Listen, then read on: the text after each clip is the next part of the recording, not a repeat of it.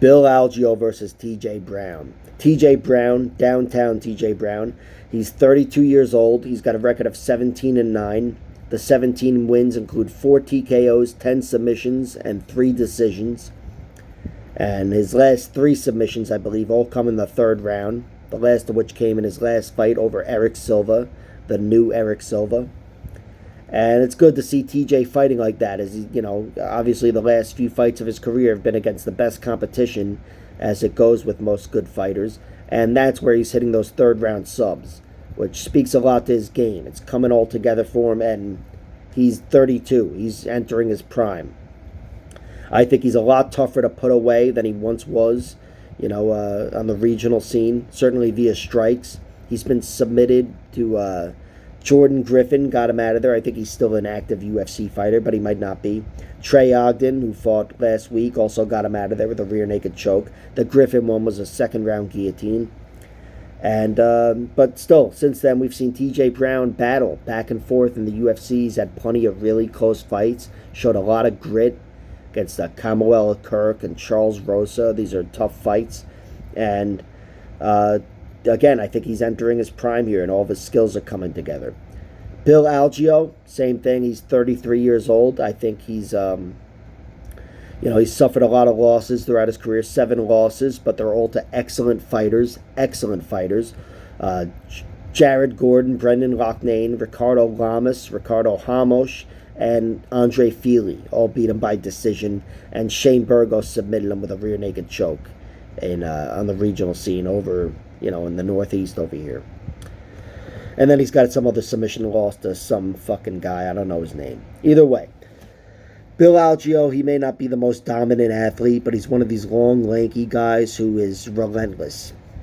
He's relentless, and I'll say he's always dominable with strength. I feel like you're able to get inside. You can bully him around with physicality. But if you're not, he can probably overwhelm you with his pace and volume. And he's got in his victories, he's got 10 finishes and 16 wins. And, of course, 6 decisions. The victories are split, 4 TKOs, 6 submissions. And the last of which came against Herbert Burns, who I think even I can get out of there if I was in round 2 with him. So I'm just saying, Bill Algeo at the UFC level, I expect him to be more of a decision fighter. He just doesn't have that overall finishing prowess. Which, whatever, he's not the heaviest-handed striker to begin with. Just with his frame, he's not going to produce that much power. But he's definitely got, with that frame, a great work rate. And I really like his cardio. And I think, any sort of hole that TJ Brown could expose on a guy like Eric Silva, it's going to be the exact opposite with Bill Algeo.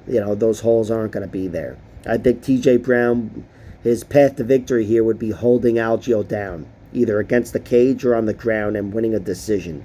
But I'm picking Algeo to win a decision, because I don't think he's going to be held down too much. And I know he's a capable grappler, really, wiry and a good scrambler. But on the feet, I expect Algeo to have an advantage, and I expect him to have a bigger advantage as the fight goes on. He's a really good striker at range, and I think he's going to have too much for TJ Brown. It will be close, but he's going to pull ahead. I really expect Algeo to be winning this fight down the stretch, kind of like he did with Spike Carlisle, even though that wasn't as, that was pretty much lopsided. You could argue even he won all 3 rounds, but still, he pulls ahead typically, Bill Algeo. And against a guy that TJ Brown, who I think is good everywhere but not great anywhere really, even though he's best on the ground, Bill Algeo I expect to be a little better overall. And I think he's going to take over this fight, make it more of a striking battle towards the end, and pull ahead with a decision victory. So Bill Algeo, I like his decision line at plus 145. I'd say that is primarily his path to victory here, even though Brown's defeats are split and Algeo's victories are split.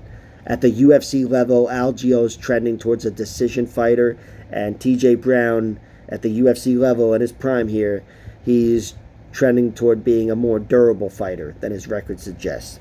So Algeo by decision plus 145. Like, share, subscribe, all that horse shit. Check out my other videos.